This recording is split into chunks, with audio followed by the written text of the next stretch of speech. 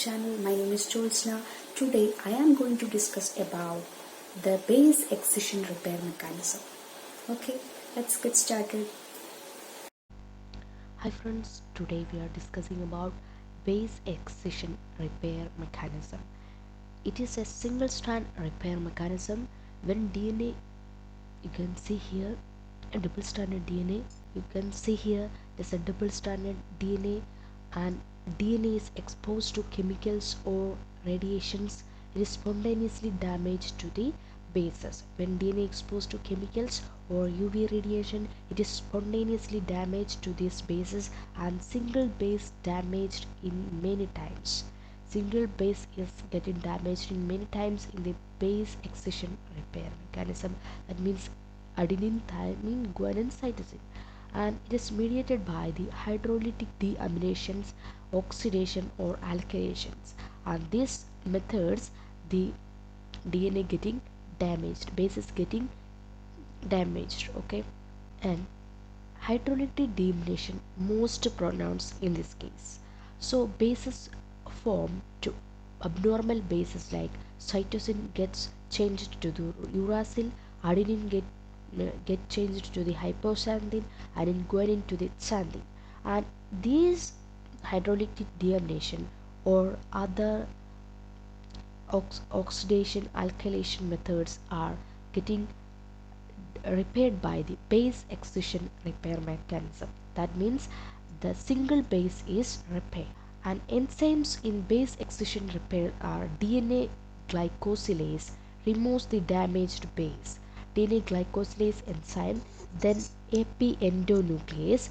It recognizes the AP site or missing site and creates a niche in the backbone, and DNA polymerases inserts the base at the AP site. DNA ligase seals the niche, and FEN1 removes the flap. These are the enzymes involved in the base excision repair mechanism. Then comes the mechanism or involved in the base excision repair in detail.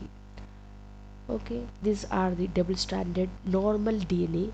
Normal DNA exposed to the chemicals which damage to the DNA, which exposed to UV rays or the chemicals, and it causes the damages. When by the hydrolytic deamination process it gets damaged, or it changed to the guanine get changed to the uracil.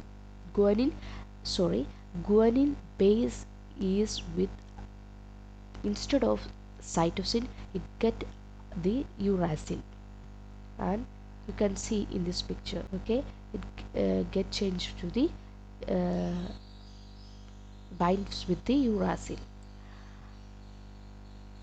and cytosine change to the uracil. And when DNA replication, the damaged strand used as a template. When the DNA replication, the damaged strand changed to as used as a template, it leads to the change in the entire genetic code. When it enter into the replication process and leads to the damage in the entire genetic code, so it creates a very major problem. So after having uracil in this DNA dictated by DNA glycosylase enzyme, after having uracil in the uracil in the DNA is dictated by the DNA glycosylase enzyme, and glycosylase cleaves the uracil by cleaving an end glycosyl bond.